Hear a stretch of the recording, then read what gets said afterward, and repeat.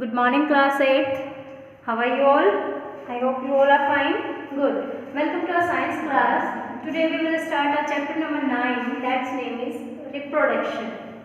Okay, आज हम अपना न्यू चैप्टर स्टार्ट कर रहे हैं रिप्रोडक्शन। इस चैप्टर में हम डिस्कस करेंगे what is reproduction, how it is important to a living being, and what are the types of reproduction, and mainly the reproductive system और reproduction in human beings. Mainly हम discuss करेंगे human beings के अंदर जो reproduction का process है वो कैसे टेक्स प्लेस होता है।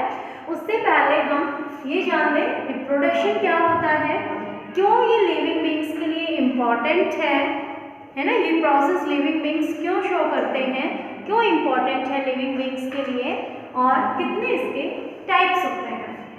ठीक है, रिप्रोडक्शन पढ़ते आए हैं हम। लिविंग बींग्स का मेन फीचर है, चाहे वो प्लांट्स हैं चाहे वो एनिमल्स हैं, वो अपने जैसे जो काइंड की स्पीसीज होती हैं, ऑफस्प्रिंग्स होते हैं, उनको प्रोड्यूस करने की कैपेबिलिटी रखते हैं, है ना, जो उनकी रिप्रोडक्टिविटी होती है। इस प्रोसेस को हम बोलते हैं रिप्रोडक्शन। क्लियर? रिप्रोडक्शन हम किसे कहेंगे? The process of living, the process by which living beings produce their offsprings of the same kind, है ना, उनके जैसे ही काइंड के ऑफस्प्रिंग्स को जब प्रोड्यूस करते हैं लिविंग बींग्स, उस प्रोसेस को हम बोलते हैं रिप्रोडक्शन। ठीक है, इम्पोर्टेंट क्यों है भाई, क्यों होना जरूरी है लिविंग बींग्स के लिए? सो अर्थ पर अपने कंटिन्यूटी, लाइफ की जो कंटिन्यूटी है ना, लाइफ की कंटिन्यूटी को बनाए रखने के लिए रिप्रोडक्शन जरूरी है। अब आप सोचिए, कोई भी ऑर्गेनिज्म है, अगर कोई भी एक स्पीसीज है, चाहे वो एनिमल की स्पीसीज है चाहे फिर वो प्लांट की स्पीसीज है, अगर रिप्रोडक्शन वहाँ नहीं होगा, सो हम जानते हैं कि एक पर्टिकुलर लाइफ स्पैन के बाद में जो भी लिविंग बींग होती है वो डेड हो जाती है ना। अब धीरे धीरे उस स्पीसीज के जो मेंबर्स होंगे वो डाई हो जाएंगे, है ना। सो जो अब उनका जो एग्जिस्टेंस है प्लेनेट पर या फिर अर्थ पर, वो क्या होगा? नहीं होगा। अब उस स्पीसीज के मेंबर्स हमारे लिए क्या है? एक्सटिंक्ट हैं, अगर उनमें रिप्रोडक्शन की जो कैपेबिलिटी है या उन्होंने रिप्रोडक्शन शो नहीं किया तो। ठीक है, सो अपनी लाइफ की कंटिन्यूटी को बनाए रखने के लिए लिविंग बींग्स जो है वो रिप्रोडक्शन शो करते हैं, रिप्रोडक्शन की कैपेबिलिटी उनकी होती है और वो रिप्रोडक्शन का जो प्रोसेस है उसको अपनी लाइफ की कंटिन्यूटी के लिए करते हैं। ठीक है, रिप्रोडक्शन जो होता है वो मेनली कितने टाइप्स का होता है? 2 टाइप्स का होता है। ठीक है, रिप्रोडक्शन के टाइप्स कितने होते हैं? 2 टाइप्स। कौन कौन से? Asexual and sexual reproduction. क्या डिफरेंस होता है, क्या होते हैं, कौन से ऑर्गेनिजम्स हैं जो एसेक्सुअल रिप्रोडक्शन करते हैं, कौन से ऑर्गेनिजम्स हैं जो सेक्सुअल रिप्रोडक्शन करते हैं, इनको हम पढ़ेंगे। तो टाइप्स हैं असेक्सुअल और सेकंड टाइप आता है सेक्सुअल रिप्रोडक्शन। ठीक है, क्या डिफरेंस है सेक्सुअल रिप्रोडक्शन और असेक्सुअल रिप्रोडक्शन में? क्या होता है असेक्सुअल रिप्रोडक्शन और क्या होगा सेक्सुअल रिप्रोडक्शन? देखिए, सबसे पहले हम बात करें असेक्सुअल रिप्रोडक्शन की। असेक्सुअल ये जो टाइप है रिप्रोडक्शन का, यहाँ पर न्यू ऑफस्प्रिंग प्रोड्यूस होने के लिए ओनली सिंगल पेरेंट की नीड होती है। ठीक है, सेक्सुअल रिप्रोडक्शन में डिफरेंस की हम बात कर रहे हैं। असेक्सुअल में एक सिंगल पेरेंट से ऑफस्प्रिंग जो है वो प्रोड्यूस हो जाता है, जबकि जो सेक्सुअल रिप्रोडक्शन होता है वहाँ पर न्यू ऑफस्प्रिंग प्रोड्यूस करने के लिए 2 पेरेंट्स की नीड होती है, one male and other one female. Clear? Asexual में जो न्यू ऑफस्प्रिंग होगा वो ओनली सिंगल पेरेंट से रिप्रोड्यूस हो जाएगा, जबकि सेक्सुअल रिप्रोडक्शन में जो न्यू ऑफस्प्रिंग है उसके लिए 2 पेरेंट्स की रिक्वायरमेंट होती है, नीड होती है, जिनमें से एक होता है मेल पेरेंट और दूसरा होता है फीमेल पेरेंट। ठीक है, असेक्सुअल रिप्रोडक्शन जो होता है सिंगल पेरेंट है, सो यहाँ पर जो स्पेसिफिक सेक्स सेल्स होती हैं जिनको हम गैमेट्स बोलते हैं, है ना, उनकी फॉर्मेशन जो है वो असेक्सुअल रिप्रोडक्शन में नहीं होती है। गैमेट्स क्या होते हैं? स्पेसिफिक सेक्स सेल्स होती हैं, जैसे male gametes male sex cells है और female gametes female sex cells हैं। जो कि असेक्सुअल रिप्रोडक्शन में फॉर्म नहीं होते हैं। क्लियर? यहाँ पर सेक्सुअल रिप्रोडक्शन के अंदर गैमेट्स की फॉर्मेशन भी होती है और उनका फ्यूजन भी होता है। गैमेट्स की फॉर्मेशन होगी भाई, जो मेल का रिप्रोडक्टिव पार्ट है, मेल का रिप्रोडक्टिव सिस्टम है, वहाँ पर मेल गैमेट्स बनेंगे, मेल सेक्स सेल्स होंगी। जो फीमेल रिप्रोडक्टिव ऑर्गन्स हैं वहाँ पर, या फीमेल रिप्रोडक्टिव सिस्टम के अंदर फीमेल सेक्स सेल्स प्रोड्यूस होंगी, फीमेल गैमेट्स इनको हम बोलेंगे। क्लियर? इसको हम बाद में डिस्कस करेंगे। सबसे पहले असेक्सुअल की बात करें कि भाई सिंगल पेरेंट से जब हम किसी नए न्यू ऑफस्प्रिंग को प्रोड्यूस कर रहे हैं तो उसके प्रोसेसेस कौन कौन से होते हैं, कौन से प्रिंसिपल्स होते हैं जिसके थ्रू असेक्सुअल रिप्रोडक्शन जो है वो ऑर्गेनिजम्स में टेक प्लेस होता है। ठीक है, मेनली जो असेक्सुअल रिप्रोडक्शन होता है वो टू जो प्रिंसिपल्स हैं उनसे कंसिडर होता है। फर्स्ट आता है बाइनरी फिजन, बाइनरी फिजन, और सेकंड आता है बडिंग। ठीक है, first is binary fission and second is budding. क्या होता है बाइनरी फिजन? देखो बाई वर्ड आता है दो के लिए। यहाँ पर एक पेरेंटल सेल से, एक पेरेंटल सेल से दूसरे दो डॉटर सेल्स फॉर्म हो रही हैं। एक सेल जो है वो टू डॉटर सेल्स में कन्वर्ट हो रही है। ये जनरली टेक प्लेस होता है जितने भी प्रोटोजोआ है या फिर जो अपने लोअर प्लांट्स होते हैं, ब्लू ग्रीन एल्गी है, उनके अंदर ऑक्योर होता है कौन सा प्रोसेस? Binary fission. डिटेल में पढ़ लेते हैं इनको, कैसे एक पेरेंट से दो डॉटर सेल्स बनती हैं। अमोइबा का हम एग्जांपल लेते हैं। हम जानते हैं अमोइबा एक यूनिसेलुलर प्रोटोजोआ है ना, ऑर्गेनिज्म है ना, एक एनिमल है, यूनिसेलुलर ऑर्गेनिज्म है। देखिए अमोइबा की जो स्ट्रक्चर होती है, शेप जो होती है फिक्स नहीं होती है ना, सिंगल सेल होती है। इसका न्यूक्लियस होता है, यहाँ पर वैक्यूल्स प्रेजेंट होती हैं, है ना, और ये इसका साइटोप्लाज्म है। ठीक है, ये स्ट्रक्चर है अमोइबा की।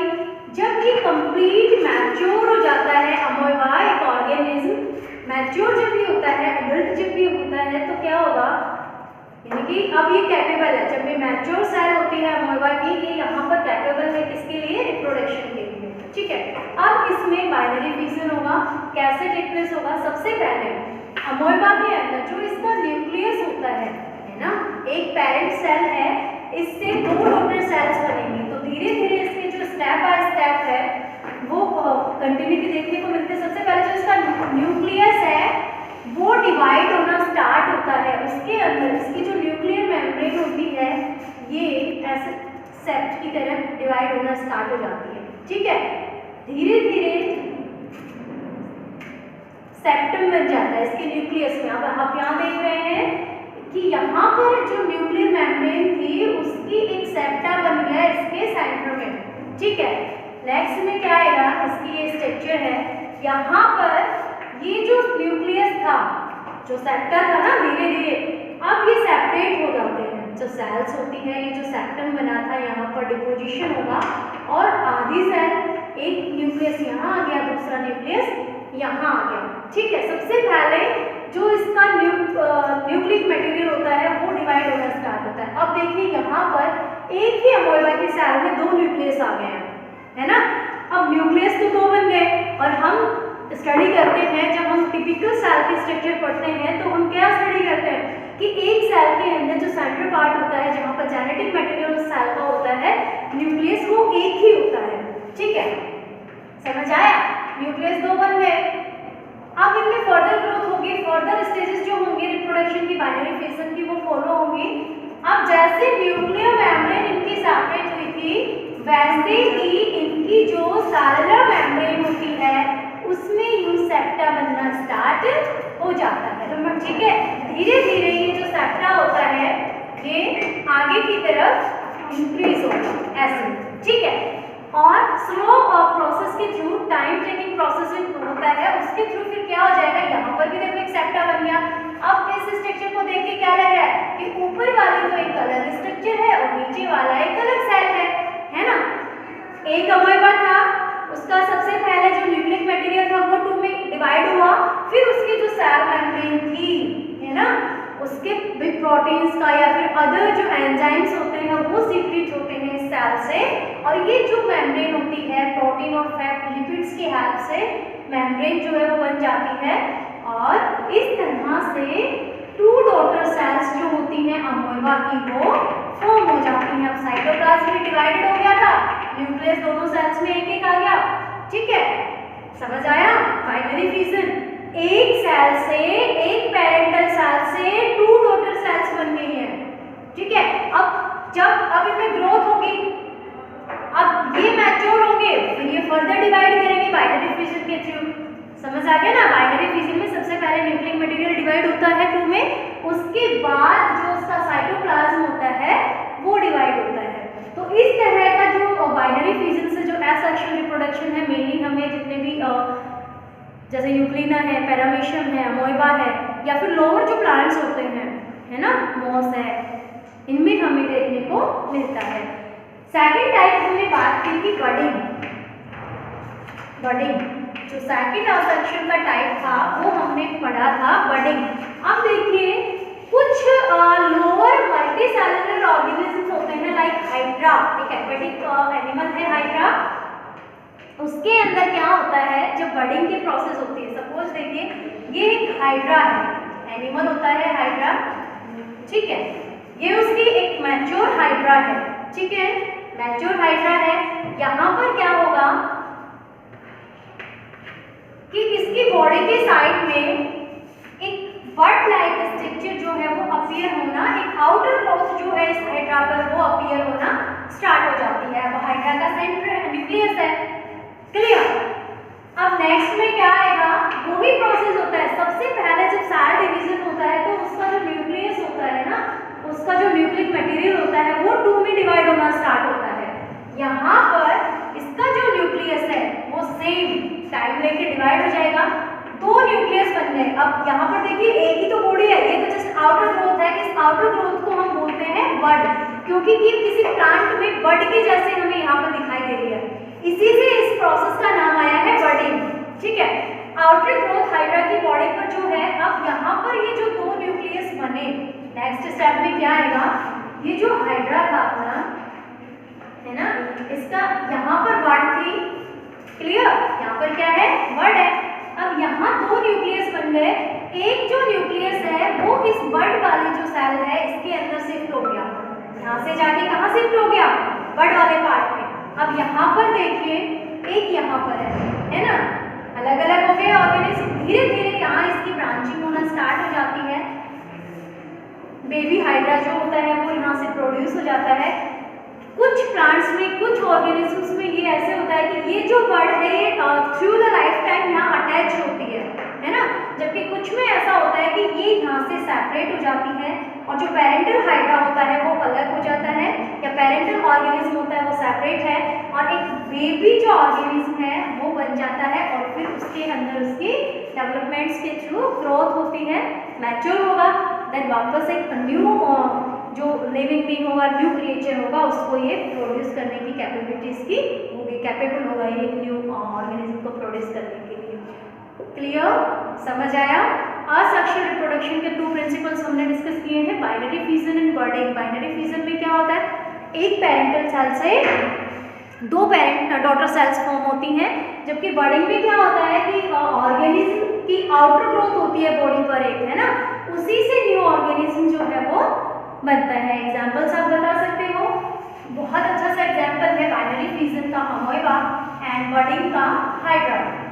क्लियर, ठीक है। अब आता है सेक्सुअल रिप्रोडक्शन। जैसे मैंने बताया था कि सेक्सुअल रिप्रोडक्शन में 2 पेरेंट्स की नीड होती है, न्यू ऑफस्प्रिंग्स को प्रोड्यूस होने के लिए, प्रोड्यूस करने के लिए 2 पेरेंट्स चाहिए, मेल और फीमेल, है ना। दोनों के अंदर गैमेट्स की फॉर्मेशन होती है, फिर उन गैमेट्स का फ्यूजन होता है, देन उस फ्यूजन के प्रोसेस को हम क्या बोलते हैं, कहाँ पर मेल गैमेट्स प्रोड्यूस हो रहे हैं, कौन से ऑर्गन्स होते हैं जो कंसिस्ट करते हैं मेल रिप्रोडक्टिव सिस्टम को, female reproductive system.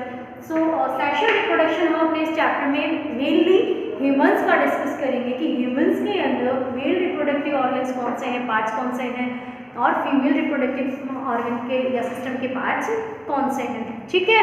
Sexual reproduction in human beings में हम नेक्स्ट लेक्चर में डिस्कस करेंगे, ओके, ठीक है। Read the chapter from your text book. Thank you.